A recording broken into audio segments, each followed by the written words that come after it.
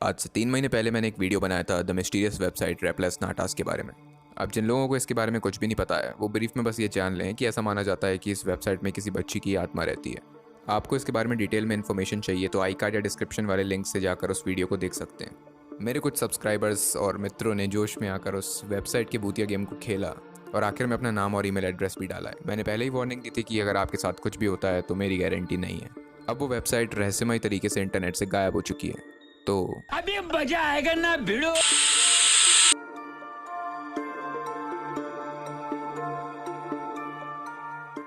मेरे कुछ सब्सक्राइबर्स बहुत समय से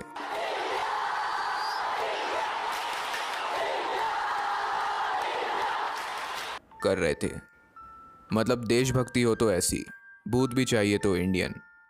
तो तुम लोगों के लिए मैं लेकर आया हूँ कुलधरा। जैसलमेर से 18 किलोमीटर की दूरी पर 1291 में बसाया गया ये गांव। इस गांव की कहानी आप में से बहुत से लोगों को पता होगी और जिनको नहीं पता है उनको शॉर्ट में बता दूं। इस गांव की एक ब्राह्मण लड़की पे वहां के दीवान सलाम सिंह का दिल आ जाता है। सलाम सिंह उस लड़की से कहता है, बन जा तू मेरी रानी तेनू मैं सॉरी। ये सुनते ही साथ सारे गांव वाले बौखला उठते हैं और रातों रात 600 परिवार उस गांव को खाली कर देते हैं। गांव को खाली करते वक्त वो सभी ब्राह्मण उस गांव को श्राप देते हैं कि ये गांव आज के बाद कभी नहीं बस पाएगा। उस इंसिडेंट के बाद से आज तक ये गांव कभी नहीं बस पाया। पर इस गांव के वीराने होने से ज़्यादा इंटरेस्टिंग और अट्रैक्टिव चीज़ लोगों को ये लगती है कि ये गांव हॉन्टेड है। कुछ लोग ये कहते हैं कि जो लोग बूढ़े थे और जो लोग ये गांव नहीं छोड़ सकते थे वो यहीं रह गए और भूख प्यास से मारे गए। और कुछ कहानियाँ ये कहती हैं कि दीवान सलाम सिंह ने ही उन्हें मरवा दिया। अब इस बात में कितनी सच्चाई है ये तो अपने देश के सच्चे न्यूज़ चैनल्स ही बता सकते हैं, जो गलती से भी कभी कोई फेक खबर हमारी आंखों के सामने भी नहीं आने देते। कहने का मतलब, इस गांव के वीरान होने से वो मूर्खता चालू हुई जो आज तक आप देखते आए हैं और शायद आगे भी देखते रहें। आज यूट्यूब से लेकर देश के सभी न्यूज़ चैनल्स कम से कम एक बार कुलधरा में एक रात गुजार के तो आ चुके हैं। इनके ऑपरेशंस में हमेशा एक ऐसा न्यूज़ रिपोर्टर होगा जिसे कंकड़ पत्थर में भी भूत नज़र आते होंगे। कुलधरा में इनकी एंट्री भले ही दिन के उजाले में हुई हो, उस पर ब्लू कलर का फिल्टर लगा के उसे अंधेरा बताया जाएगा। रात में अपने घर के किसी एसी का ख़राब रिमोट लेके किसी खंडर के अंदर जाकर बैठ जाएंगे और फिर किसी भूत से कहेंगे कि लाल बत्ती या पीली बत्ती जलाओ और वो भूत जला देगा। शाम के वक्त न्यूज़ चैनल वाले किसी ऐसे बुजुर्ग का इंटरव्यू लेंगे जिसके चेहरे पर खुद इतनी झुर्रियाँ पड़ी हुई हैं कि वो खुद भूत दिख रहा है। वो बहुत ही रहस्यमय तरीके से कुलधरा की घिसी पिटी कहानी को 50वीं बार बताएगा। क्या आपको कभी ये आश्चर्य नहीं हुआ कि इन लोग कभी किसी सुंदर लड़की से जाकर इंटरव्यू क्यों नहीं लेते? रात में इनमें से किसी पैरानॉर्मल इन्वेस्टिगेटर को अपने आसपास कोई ठंडी हवा महसूस होगी, कोई किसी को धक्का देगा तो कोई चमगादड़ को देखकर डरेगा।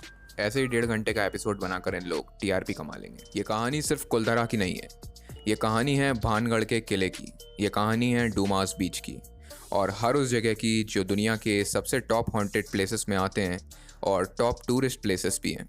कोई सेंस है इस बात की?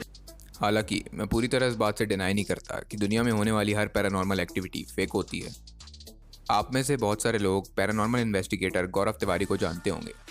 ये इंडियन पैरानॉर्मल रिसर्च सोसाइटी के फाउंडर थे, पर बदकिस्मती से अब इनकी मौत हो चुकी है। गौरव की मौत के पीछे बहुत से तर्क वितर्क दिए जाते हैं। कई लोगों का ये मानना है कि गौरव तिवारी ने अपनी मौत से कुछ समय पहले भानगढ़ फोर्ट को इन्वेस्टिगेट किया था, जिसकी वीडियो रिकॉर्डिंग आज तक के दौरा की गई थी। 1 महीने बाद वो अपने बाथरूम में मृत पाए जाते हैं और पोस्टमार्टम रिपोर्ट ये कहती है कि इनकी मौत सांस की कमी से हुई है, जैसे मानो किसी ने गला घोंट कर इनको मारने की कोशिश की हो।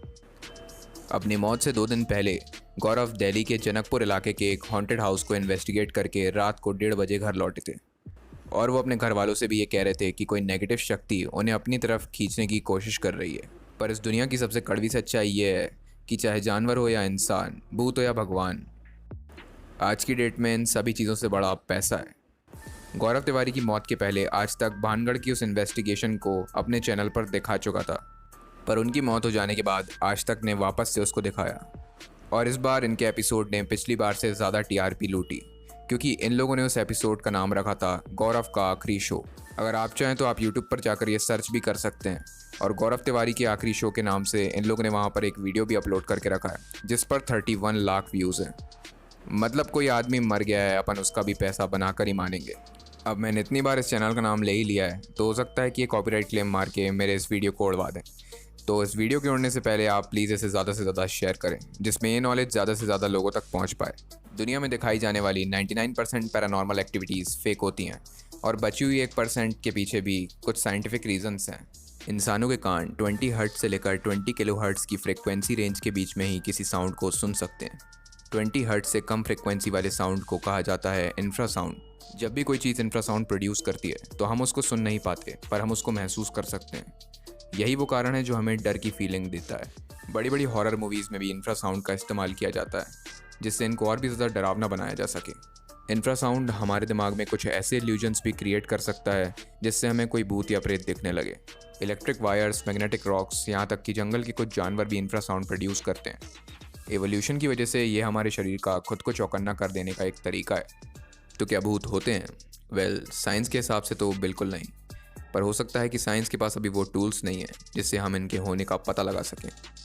तो जब भूतों के होने का पता नहीं लगाया जा सकता तो इसे दिखाया क्यों जा रहा है? सिंपल, पैसा बनाने के लिए। अगर आपको भूतों की सच्चाई से रिलेशन में कुछ देखना ही है तो सीसीटीवी फुटेजेस इसके बेस्ट एग्जांपल्स हैं।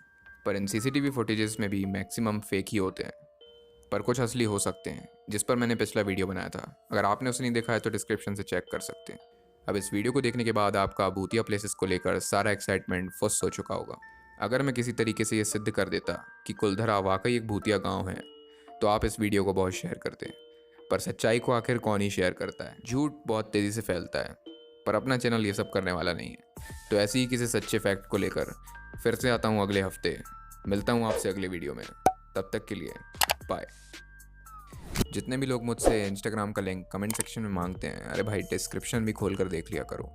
सब्सक्राइब करो, घंटा बजाओ और अगले वीडियो में फिर से मिलने आओ।